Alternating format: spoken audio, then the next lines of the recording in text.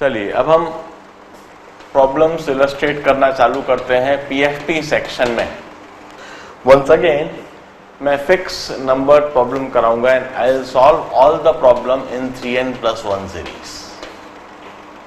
इधर भी मैं 3n+1 सीरीज के सारे प्रॉब्लम्स कराता हूं।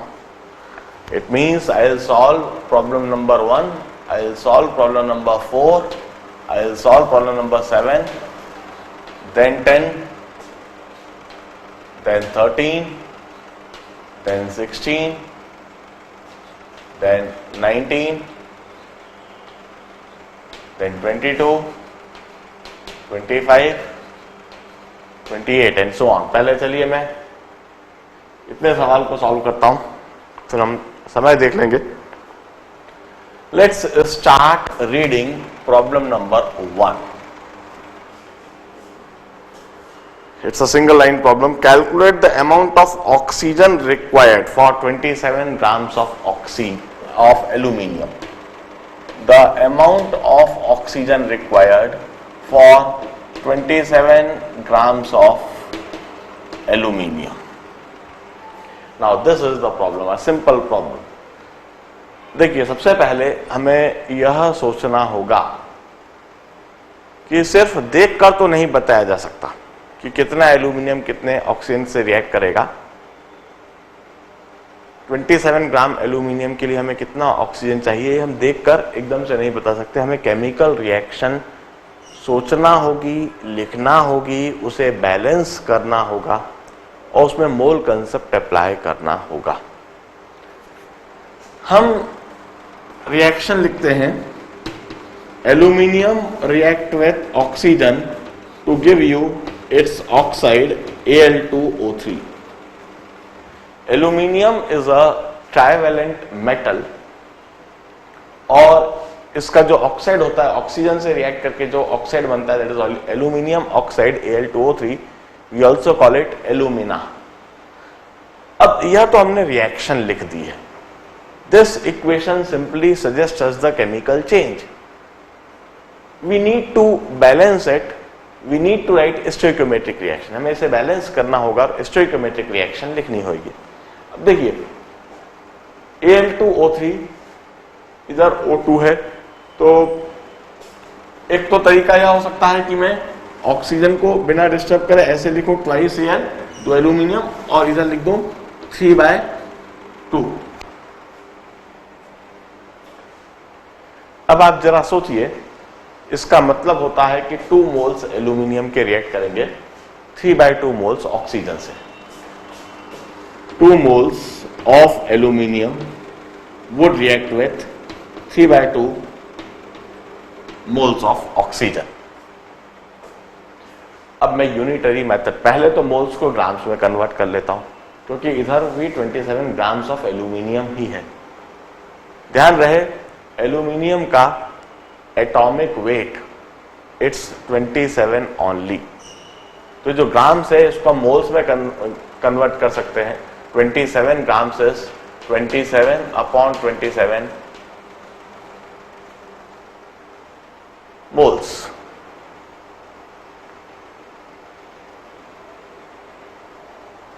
और it's 1 mole. So I'll say 1 mole of aluminium would react with 3/2 into 2 moles of oxygen। यह कह सकता हूं यह 1 मोल ही है और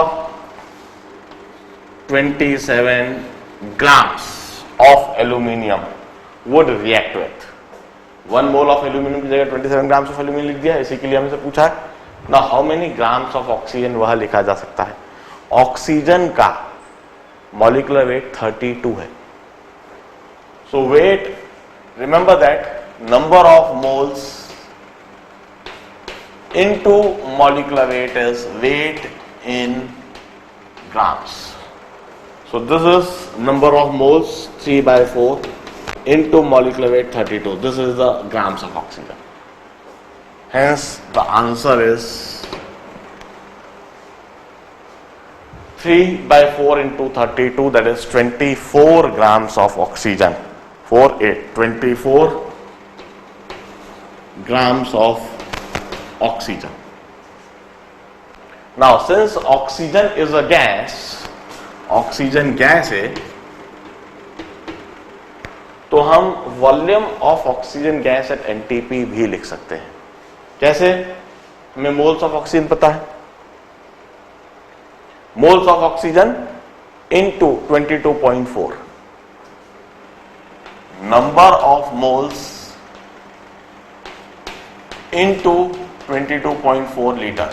this is volume of gas at NTP. तो मैं ऐसे भी लिख सकता हूं 3/4 into 22.4 liters of oxygen at NTP.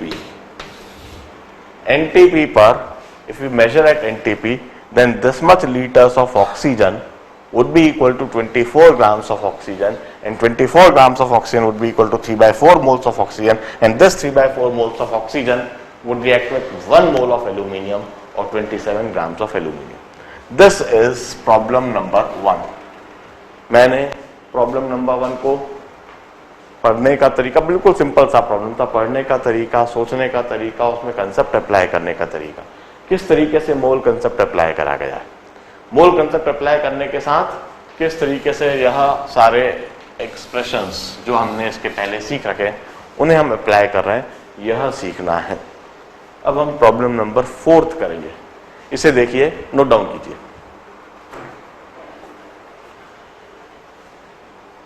चलिए अब जरा प्रॉब्लम नंबर 4 हम पढ़ते हैं और उससे कुछ सीखते हैं. Sodium carbonate of 92% purity is used in this reaction. देखिए रिएक्शन दी हुई है इधर, Na2CO3. This sodium carbonate, it react with calcium chloride to give you CaCO3 plus twice NaCl. And this sodium carbonate is having 92% purity. How many grams of sodium carbonate would yield? इस sodium carbonate के ग्राम से पूछे हमसे. would yield 1 gram of calcium carbonate. Now this is the problem that is posted for us. The chemical reaction is given to us. Sodium carbonate, this is also called washing soda. It reacts with calcium chloride to give you CaCO3 and twice NaCl. It's a complete reaction and also it's a balanced reaction. It means it's a stoichiometric reaction. यह reaction complete भी है, balance भी है. इस reaction में आगे हमें करने की कोई आवश्यकता नहीं है, सीधा मोल कंसेप्ट ही लगाना है. सोडियम कार्बोनेट के बारे में दे रखा है कि वह 92% प्योर है. इसका मतलब 100 ग्राम यदि सोडियम कार्बोनेट सैंपल लेंगे तो उसमें प्योर सोडियम कार्बोनेट तो 92 ग्राम्स ही होगा. That is the purity of Na2CO3.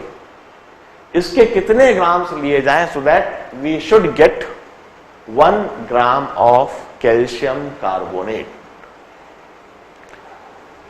Of course, looking at the reaction, one would say 1 mole of sodium carbonate give you 1 mole of calcium carbonate. बाकी चीज लिखने की कोई आवश्यकता नहीं, क्योंकि हमें इन्हीं को रिलेट करना है, तो इन्हीं के कोएफिशिएंट देख रहे हैं. Na2CO3 का कोएफिशिएंट 1, CaCO3 का भी कोएफिशिएंट 1, तो इसके 1 mole they would give you 1 mole of CaCO3. अब हमें 1 ग्राम ऑफ कैल्शियम कार्बोनेट के लिए चाहिए, तो क्यों ना हम इसको ग्राम्स में यहीं कहीं कन्वर्ट कर दें. ग्राम्स में कन्वर्ट करने का क्या तरीका है? Number of moles into molecular weight. Number of moles into molecular weight is weight in grams. यह कंसेप्ट हम अप्लाई कर रहे हैं. 1 मोल ऑफ CaCO3. CaCO3 का मॉलिक्यूलर वेट जरा कैलकुलेट करके देख लीजिए. इट्स 100. 40 plus 12 plus 48. जरा देखिए CaCO3 के लिए मॉलिक्यूलर वेट कैलकुलेट करते हैं। कैल्शियम का 40, कार्बन का 12, 3 into 16, it's 100. So 1 mole means 100 grams. इसी तरह से अब Na2CO3 का मॉलिक्यूलर वेट कैलकुलेट करके देख लेते हैं। Na2CO3 का मॉलिक्यूलर वेट जब हम कैलकुलेट करेंगे तो 2 into 23 plus 12 plus 3 into 16. This would come out to be 106. So 1 mole of sodium carbonate means 106 grams of calcium carbonate. इसका मतलब है 100 grams of calcium carbonate would be obtained when 106 gram of pure sodium carbonate react. 100 gram of calcium carbonate would be obtained when 106 gram of pure sodium carbonate react. So in order to get 1 gram of calcium carbonate, we would need 106 upon 100 grams of pure Na2CO3. मैं कहूंगा weight of pure Na2CO3 needed is 106 upon 100 grams. इतना हमें pure Na2CO3 चाहिए, मगर उन्होंने क्या पूछा है? What weight of impure Na2CO3? This impure Na2CO3 contain 92% of sodium carbonate. From here I can write weight of impure Na2CO3 needed. वह अब हम बिल्कुल बेसिक कंसेप्ट से निकाल सकते हैं. If this is pure Na2CO3, then impure Na2CO3 which contain 92% of Na2CO3 is upon 92 into 100. So this would be 106 by 92 grams. And this is the answer. जरा देखिए प्रॉब्लम को सॉल्व करने का तरीका. Once again it's a simple problem, कोई बहुत complicated problem नहीं है, बस ध्यान से पढ़ना है, देखना है. ध्यान रहे मोल कंसेप्ट में कैलकुलेशंस आते हैं और वह कैलकुलेशंस हमें करना ही पड़ते हैं. Impure Na2CO3 which contain 92%, which have got purity of 92%. What weight of this Na2CO3 should be used in order to get 1 gram of calcium carbonate? And how Na2CO3 yields calcium carbonate? The relevant chemical reaction is given to you. It's complete reaction, it's a balanced reaction, it's a stoichiometric reaction. The coefficient of Na2CO3 and CaCO3 is 1. So 1 mole of Na2CO3 react to give you 1 mole of CaCO3. So 106 grams of Na2CO3 react to give you 100 grams of CaCO3. Or you can say 100 grams of CaCO3 could be obtained from 106 grams of Na2CO3. So 1 gram of CaCO3 would be obtained from 106 upon 100 grams of Na2CO3. 1 gram CaCO3 के लिए हमको इतने grams Na2CO3 चाहिए होगा और ये pure Na2CO3 होगा. So this is the weight of pure Na2CO3. From this pure Na2CO3, since it's having the purity of 92%, so this is the weight of impure Na2CO3. 106 upon 100 divided by 92 into 100. इतना हमें impure Na2CO3 लेना होगा. इतने impure Na2CO3 में इतना pure Na2CO3 होगा और इतना pure Na2CO3 1 ग्राम कैल्शियम कार्बोनेट देगा. ध्यान रहे यहां हमने एक्सप्रेशन इस्तेमाल करा है number of moles into molecular weight is weight in grams. Calcium carbonate का मॉलिक्यूलर वेट हमने डिटरमाइन करना सीखा है, 100 है. Na2CO3 का मॉलिक्यूलर वेट हमने डिटरमाइन करना सीखा है जो कि 106 है. Note it down. Now be prepared for 7th problem.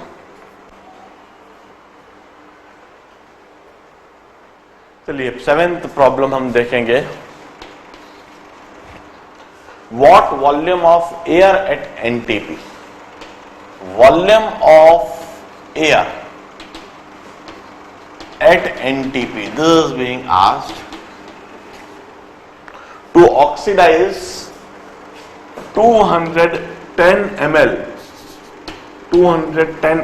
of sulfur dioxide at NTP to sulfur trioxide. If air contain 21% of oxygen. Now this is a problem. We wish to convert sulfur dioxide into sulfur trioxide. यह conversion कैसे होता है, हम इधर reaction लिख देते हैं. Sulphur dioxide react with half mole of oxygen, it react with half O2 to give you sulfur trioxide. This sulfur dioxide upon reaction with oxygen gives you sulfur trioxide, and this oxygen is obtained from air. The air which contain 21% of oxygen. So what volume of air at NTP would be required? अब देखिए, सबसे पहले sulphur dioxide भी gas है, oxygen भी gas है, sulphur trioxide भी gas है. This is a homogeneous reaction in gas phase. अब मोल कंसेप्ट से हम यह बात तो कह ही सकते हैं, 1 mole of sulfur dioxide would react with half mole of oxygen to give you 1 mole of sulphur trioxide. यह हम मोल कंसेप्ट से लिख सकते हैं. मगर गैसेस के लिए एक और कंसेप्ट हम सोच सकते हैं जो हम जानते हैं. फॉर गैसेस, एवोगैड्रोस हाइपोथेसिस हम जानते हैं, 1 mole of any gas always occupy 22.4 liters at NTP. For gases, volume of gas at NTP is directly proportional to number of moles.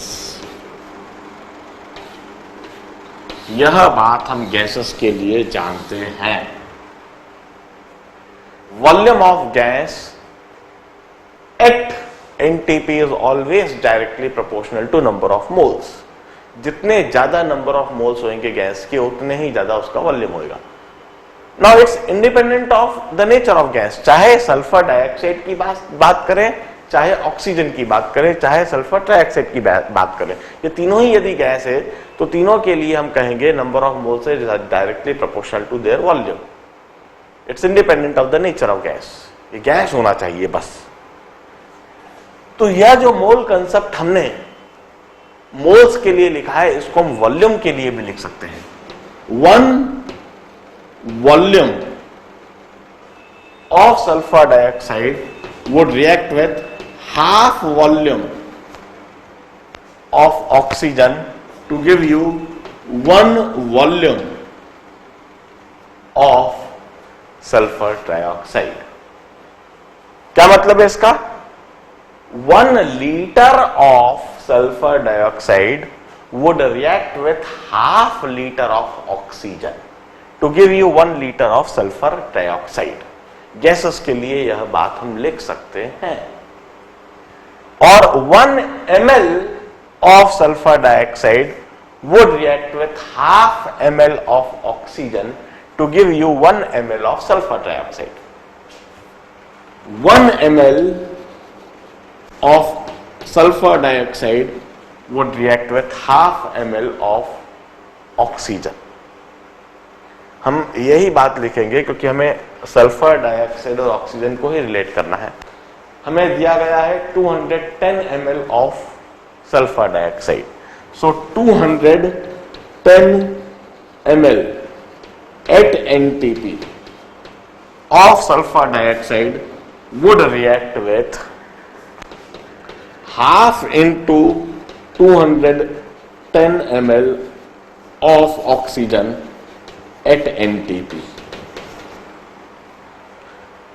So this is the volume of oxygen required at NTP. This is the volume of oxygen required at NTP. Mole concept लगाया और gases के लिए यह concept लगाया और हमने यह बात लिख दी. If this is the volume of oxygen at NTP, अब हम volume of air needed at NTP लिख सकते हैं. कैसे?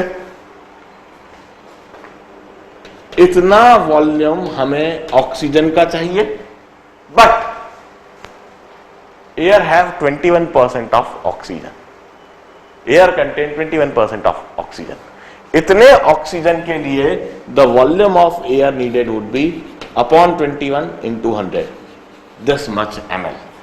This is the volume of air needed in NTP. This much air, this much ml of air would contain this much ml of pure oxygen, and this much ml of pure oxygen would react with 210 ml of sulfur dioxide to give sulfur dioxide. This is the solution to the problem. इस particular problem में हमने एक नई बात सीखी है कि मोल concept जो हम लिख रहे हैं, जिन्हें हम मोल्स के टर्म्स में लिखते हैं, if the reaction is homogeneous in gas phase, तो वही मोल रेशियो को हम वॉल्यूम रेशियो भी कह सकते हैं.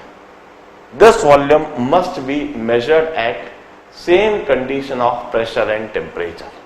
सारे वॉल्यूम को हमें एनटीपी पर मेजर करना है या फिर सेम कंडीशन ऑफ टेम्परेचर या प्रेशर पर. इसका मतलब 1 लीटर सल्फर डाइऑक्साइड का आधे लीटर ऑक्सीजन के साथ रिएक्ट करेगा, या 1 ml सल्फर डाइऑक्साइड आधे ml ऑक्सीजन के साथ रिएक्ट करेगा.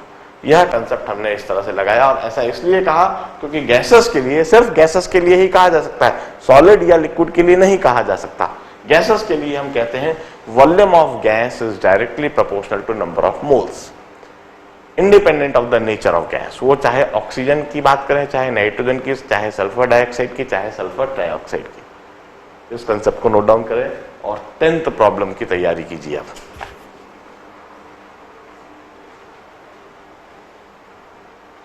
चलिए अब 10th प्रॉब्लम करेंगे. 3 रिएक्शन लिखी हुई दिख रही है. From the following reaction sequence, this is the reaction sequence given to you. CaC2, this is calcium carbide, react with water to give you CaO and C2H2O2, C2H2, acetylene. Reaction लिखने के साथ ही मैं देख लेता हूं कि यह बैलेंस्ड रिएक्शन भी है. CaC2 is calcium carbide. Calcium carbide is reacting with water to give you calcium oxide and acetylene. This acetylene, अगले रिएक्शन में उन्होंने दिया हुआ है, acetylene combine with hydrogen, it undergo hydrogenation to give you ethene or ethylene, C2H4, and then n moles of C2H4 combine to give you C2H4n, this polythene. The acetylene undergo hydrogenation to give you ethene, and n moles of ethene gives you polythene. This polymerization reaction. This reaction is termed as polymerization. Polymerization means multiple molecules combine to form a single molecule. This polythene. ये वही polythene है जो हम day to day life में इस्तेमाल करते हैं. ये उसी पॉलीथीन का मैन्युफैक्चरिंग, उसके प्रोसेस में इन्वॉल्व केमिकल स्टेप्स दिखाई हुई है. अब what mass of polythene can be produced by 10 kg of calcium carbide? 10 kg of calcium carbide would give watt mass of polythene. This is the problem. अब देखिए कैसे इस सिचुएशन को सॉल्व करेंगे, कैसे इसमें मोल कंसेप्ट अप्लाई करेंगे। कैल्शियम कार्बाइड पहले एसिटिलीन देता है, एसिटिलीन फिर इथीन देता है और इथीन पॉलीमराइज होकर पॉलीथीन देता है। तो सबसे पहले तो इन रिएक्शंस को हम ऐड करके यह देखते हैं कि कैसे और किस तरह से कैल्शियम कार्बाइड से पॉलीथीन मिलता है। दिस पॉलीथीन C2H4N कैसे मिलता है, इसके लिए हम क्या करते हैं, इधर N इथिलीन है तो इस दूसरी रिएक्शन को N से मल्टीप्लाई करके ऐड करना पड़ेगा और पहली रिएक्शन को भी हम N से मल्टीप्लाई करके ऐड करेंगे। पहली रिएक्शन को हमने N से मल्टीप्लाई करा और दूसरी रिएक्शन को भी हमने N से मल्टीप्लाई करा। मैं क्यों ना इन स्टेप्स को कलर चेंज करके दिखाता हूं जो मैं प्रोसेस कर रहा हूं। पहली रिएक्शन को हमने N से मल्टीप्लाई करा है और दूसरी रिएक्शन को भी हमने N से मल्टीप्लाई करा। इस तरीके से मैं इन्हें ऐड करता हूं। देखिए इस तरह से ऐड करने से क्या होएगा, अब जो रिजल्टिंग रिएक्शन बनेगी, जिस रिजल्टिंग रिएक्शन में हमें कैल्शियम कार्बाइड से पॉलीथीन बनता हुआ दिखेगा। सबसे पहले देखिए NC2H4, इधर भी NC2H4, तो यह NC2H4 कैंसिल हो जाएगा, यह NC2H4 कैंसिल हो जाएगा, N एसिटिलीन N एसिटिलीन यह कैंसिल हो गया। और अब जो मुझे रिएक्शन दिखने लगी है वह रिएक्शन कुछ इस तरह से है, NCaC2 NCaC2 combine with NH2O and N hydrogen molecules to give you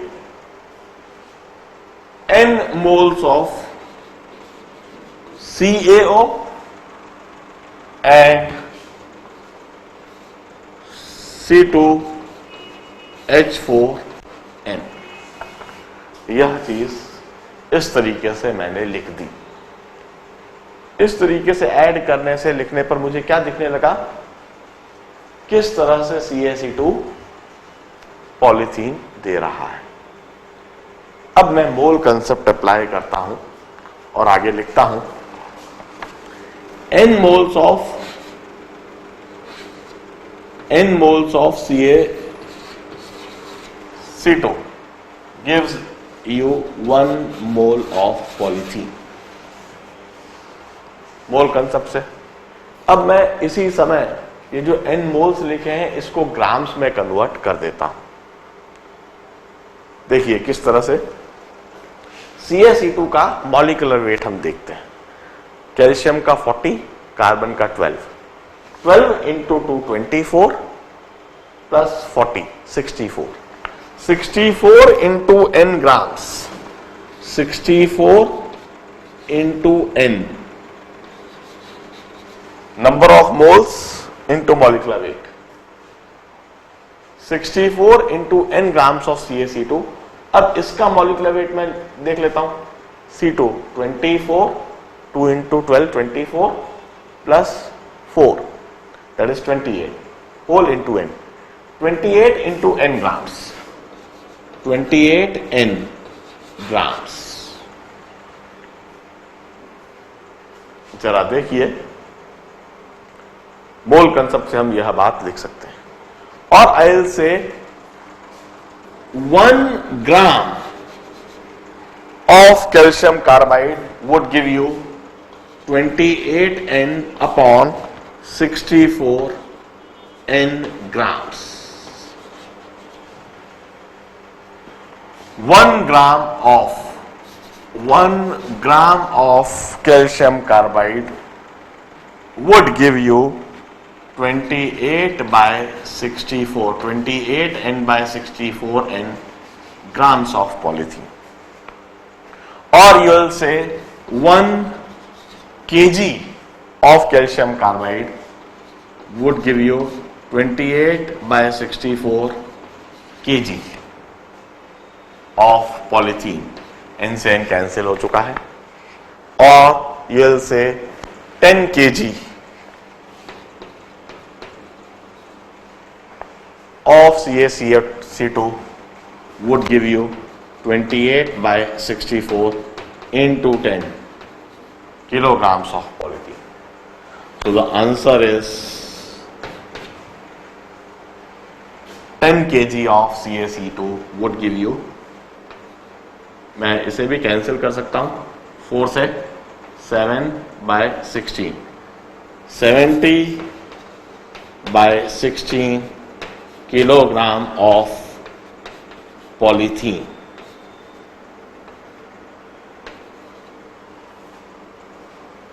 Obtained. इतने ग्राम पॉलीथीन हम बना सकेंगे.